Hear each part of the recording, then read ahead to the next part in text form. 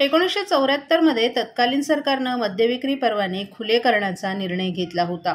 त्याविरोधात मृणाल गोरे, अहिल्याबाई रांगणेकर, मधु दंडवते आदींनी राज्यभर रान पेटवलं होतं. त्यावेळी सरकारनं हा निर्णय मागे घेतला होता. आता तब्बल 50 वर्षांनंतर राज्यात 328 वाईन शॉपला परवाने दिले जाणार आहेत. लाडकी बहीण योजनेमुळे महाराष्ट्राच्या तिजोरीवर पडणारा भार कमी करण्यासाठी आणि महसूल वाढवण्यासाठी या सरकारनं लाडक्या बहिणींच्या पतीला, पित्याला आणि भावाला बेवडा करण्याचा छंग बांधलाय. पाशवी बहुमतामुळे सत्तेची झिंग चढलेले हे सत्ताधुंद सरकार साधुसंतांच्या महाराष्ट्राला मद्यधुंद करणार आहेत असं म्हणत राष्ट्रवादी काँग्रेस शरद पवार पक्षाचे राष्ट्रीय सरचिटणीस आमदार डॉ. जितेंद्र आव्हाड यांनी सरकारच्या मद्यविक्री धोरणाचा कडाडून विरोध केलाय. महसुलात वाढ करण्यासाठी राज्य सरकारनं मद्यविक्री परवाने खुले करण्याचा निर्णय घेतलाय. या निर्णयास डॉ. जितेंद्र आव्हाड यांनी कडाडून विरोध केला. या निर्णयाविरोधात महिलांनी रस्त्यावर उतरावं असं आवाहन देखील त्यांनी केले. 50 वर्षांपूर्वीचे परवाने 15 कोटी रुपयांना विकले जात आहेत. आता हे नवीन परवाने 1-1 कोटी रुपयांना विकले जाणार आहेत आणि हे परवाने ज्या 47 कंपन्यांना दिले जाणार आहेत त्यांचे संचालक कोण आहेत हे जरा तपासून पहा असं म्हणत डॉ. आव्हाड यांनी 47 कंपन्यांची यादीच वाचून दाखवली आहे. म्हणूनच जर असे दारू परवाने देत असतील तर ते आम्हाला मान्य नसल्याचं त्यांनी सांगितलं. 240 सदस्यांच्या पाशवी बहुमतानं जर सरकारच्या डोळ्यावर झिंग चढली असेल तर या झिंगेमुळे बंद झालेले डोळे जनताच उघडेल असा इशाराही डॉ. जितेंद्र आव्हाड यांनी दिलाय. नियमानुसार रूफटॉपवर मद्यविक्री करता येत नाही, परंतु अशी मोठी मद्यविक्री सध्या सुरू आहे. येऊरच्या संजय गांधी राष्ट्रीय अभयारण्यातही मद्यविक्री केली जात आहे. त्या ठिकाणी राज्य उत्पादन शुल्क विभागानं परवानेच दिले कसे असा सवाल करत उत्पादन शुल्क खाते गेली अनेक वर्ष गुपचूप पैसे खात असल्याचंही त्यांनी सांगितलं. परंतु महाराष्ट्राला बर्बाद करून किती पैसे खाणार? हे सरकार बेवड्यांचं सरकार आहे. जनतेला पाणी नाही मिळालं तरी चालेल, परंतु घराघरात दारू मात्र मिळाली पाहिजे असं या सरकारचं धोरण आहे. लोकांची हाय खाऊन पैसे खाऊ नका. रिकामी झालेली तिजोरी भरण्यासाठी महाराष्ट्र विकायला काढला आहे. आता गेटवे ऑफ इंडियाही विका असा टोलाही डॉ. जितेंद्र आव्हाड यांनी लगावला. द्यायला नाहीत हे कारण देऊन आर्थिक स्थिती सुधारायची असं म्हणून तुम्ही बहिणींचा संसार उद्ध्वस्त करणाऱ्या दारू परवान्यांना परवाना देणार असाल तर आम्हाला मान्य नाही. महाराष्ट्र हे कदापि मान्य करणार नाही. समोर श्रावण येतोय, आत्ताच आषाढी गेली आहे. वारकऱ्यांचा महाराष्ट्र, साधुसंतांचा महाराष्ट्र किंवा बेवड्यांचा महाराष्ट्र. कंपन्या सर्वात जास्त कोणाच्या आहेत? कंपन्या डायरेक्टर कोण कोण आहेत? अभी मजा देखो मज्जा नावं बाहेर पडतील ना डायरेक्टर्सची. पण कसं आहे, आम्हाला लोकांनी निवडून दिलं आहे. आमच्याकडे 240 सदस्य आहेत. 240 सदस्यांच्या जीवावरती तुम्ही आमच्या महाराष्ट्रावरती पाशवी बलात्कार करू शकत नाही.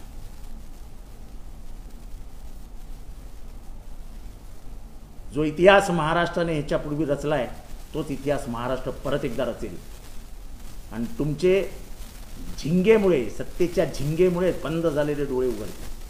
मला एक जुन्या जमान्यातलं गाणं आठवतं. तुम्हाला हे सरकार, या सरकारला माफी पण नाही आहे. ते जुनं गाणं मुकेशनी गायलंय आणि म्हणणार आहे राज कपूर. आज ऐका, रविवारचा दिवस आहे. मुझको यारो माफ करना, मैं नशे में हूँ, अब तो मुश्किल है बहकना, मैं नशे में हूँ. हे सरकार बहकलंय. हे सरकार वेडं झालंय. हे सत्तेची धुंद यांच्या डोक्यात गेलेली आहे. थिरकतंय हे सरकार. आम्हाला सत्तेवरनं कोणी बाजूलाच काढू शकत नाही. महाराष्ट्रातील भगिनींना आधार देणारी राज्य शासनाची मुख्यमंत्री माझी लाडकी बहीण योजना. या योजनेअंतर्गत अल्प उत्पन्न गटातील 21 ते 65 वयोगटाच्या भगिनींना मिळणार दरमहा 1500 रुपयाची मदत. अर्ज करण्यासाठी 31 ऑगस्ट 2024 पर्यंत मुदतवाढ. कुटुंबाचं वार्षिक उत्पन्न 2.5 लाख रुपयांपेक्षा कमी असलेल्या महिला पात्र.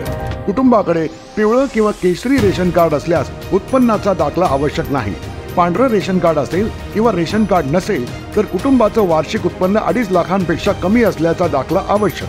योजनेसाठीचा ऑनलाईन अर्ज नारी शक्ती दूत ॲपवरून किंवा पोर्टलवर भरता येईल. ज्या भगिनींना ऑनलाईन अर्ज भरता येत नसेल त्यांच्यासाठी अंगणवाडी, ग्रामपंचायत, वॉर्ड ऑफिस, सेतू सुविधा केंद्रामध्ये किंवा आशाताई बचत गटाच्या CRP यांची मदत उपलब्ध।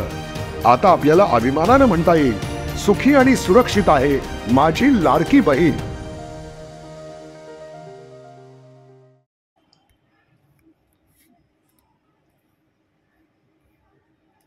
ठाणे महानगरपालिकेची निवडणूक शेवटच्या टप्प्यात होणार असून त्यासाठी पुढील वर्षाची म्हणजेच 2026ची वाट पाहावी लागणार असल्याची दाट शक्यता निवडणूक विभागातील सूत्रांनी दिली आहे। राज्य निवडणूक आयुक्त दिनेश वाघमारे यांनी मागील आठवड्यात स्थानिक स्वराज्य संस्थांच्या निवडणुकीचा आढावा घेतला होता। राज्यातील निवडणुका एकत्रित घेतल्यास मतदान यंत्र कमी पडण्याची शक्यता असल्यानं निवडणुका या 3 किंवा 4 टप्प्यात होण्याची शक्यता आहे।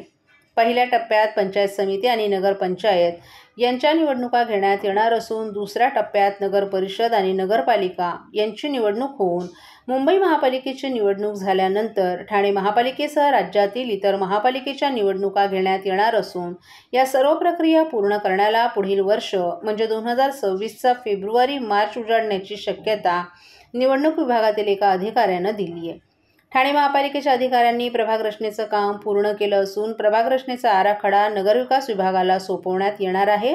त्याला मंजुरी मिळाल्यावर हा आराखडा निवडणूक विभागाला सादर केला जाणार आहे। निवडणूक आयोग 1 जुलै 2025 विधानसभा मतदार यादीनुसार मतदार याद्या तयार करणार आहेत। तसंच आरक्षण सोडत देखील काढली जाणार आहे। त्यानंतर निवडणूक कार्यक्रम जाहीर केला जाणार असल्याचं अधिकाऱ्यांनी सांगितलं। त्यामुळे ठाणे महापालिकेची निवडणूक ही पुढील वर्षी म्हणजे 2026च्या फेब्रुवारी-मार्च दरम्यान होण्याची शक्यता आहे।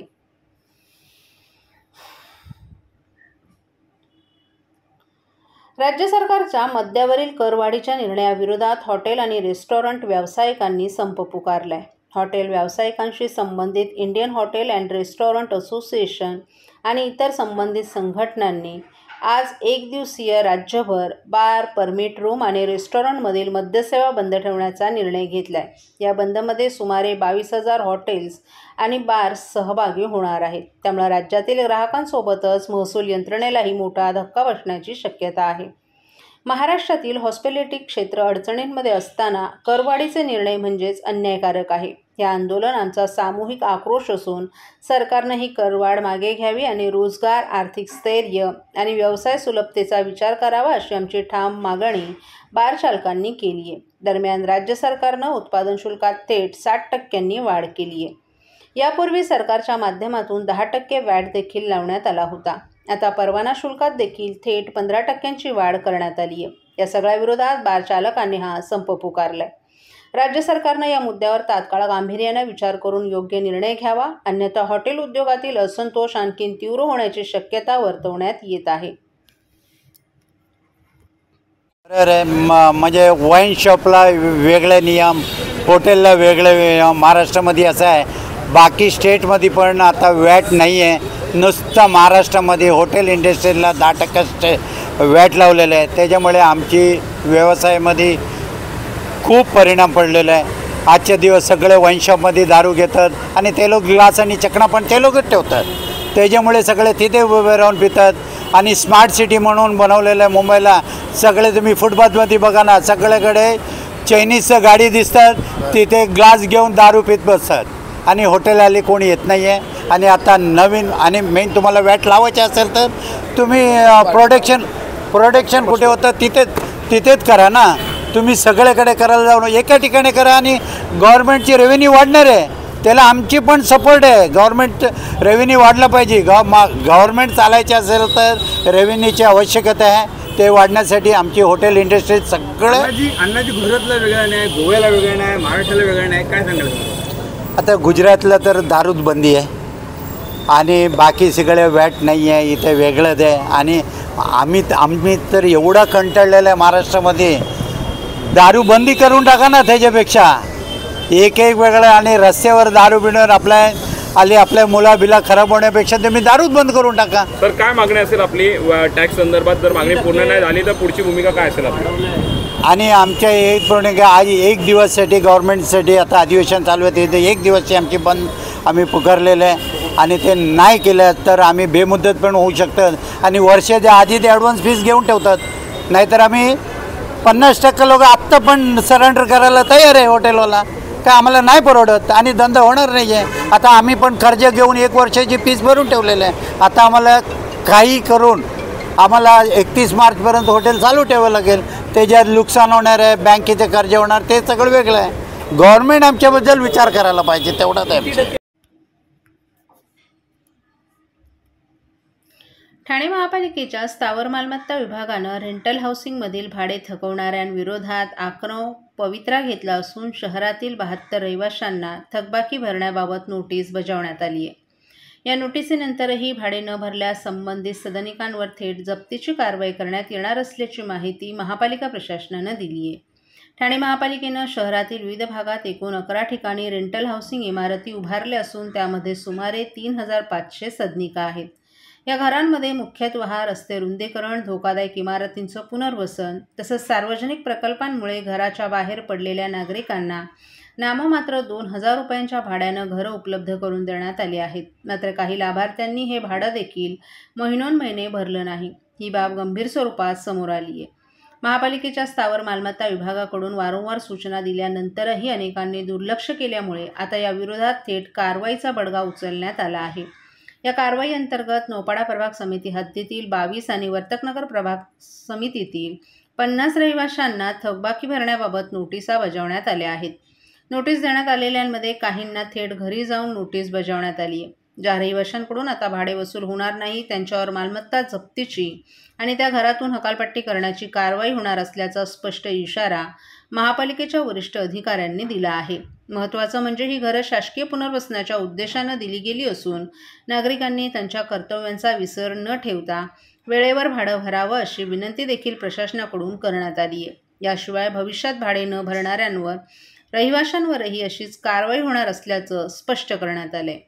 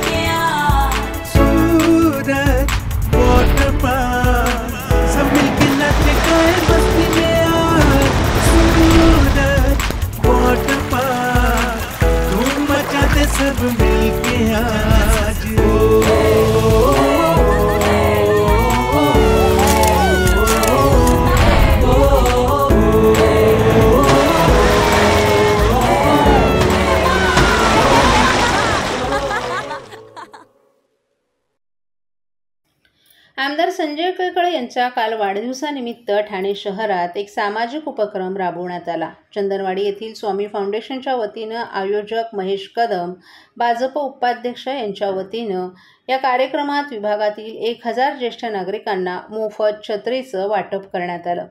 या उपक्रमाचं उद्घाटन आमदार संजय केळकर यांच्या हस्ते करण्यात आलं. वाढत्या पावसाळ्याच्या पार्श्वभूमीवर ज्येष्ठ नागरिकांना उपयोगी ठरणारी छत्री देऊन आमदारांनी समाजाप्रती आपली बांधिलकी दाखवली.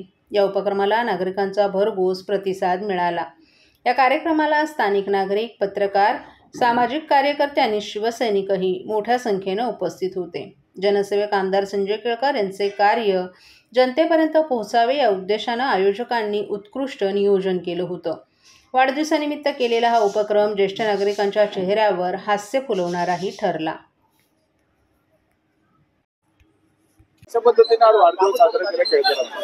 स्वामी फाउंडेशन आणि श्री स्वामी समर्थ महाराज कृपा ट्रस्ट यांच्या संयुक्त विद्यमानाने ठाण्याचे जनसेवक आमदार संजय केळकर साहेब यांच्या वाढदिवसानिमित्त त्यांनी केलेल्या आव्हानानुसार आज आपण ज्येष्ठ नागरिकांना 2000 ज्येष्ठ नागरिकांना मोफत छत्रीचं वाटप करतोय.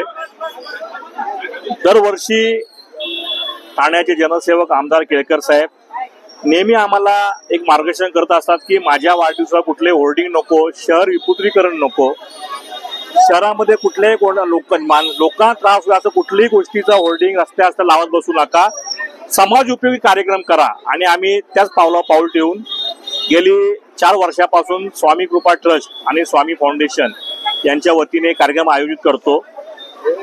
स्वामी फाउंडेशन गेली 12 वर्ष ह्या महाराष्ट्रातच नाही फक्त ठाण्यात पूर्ण महाराष्ट्रात काम करते.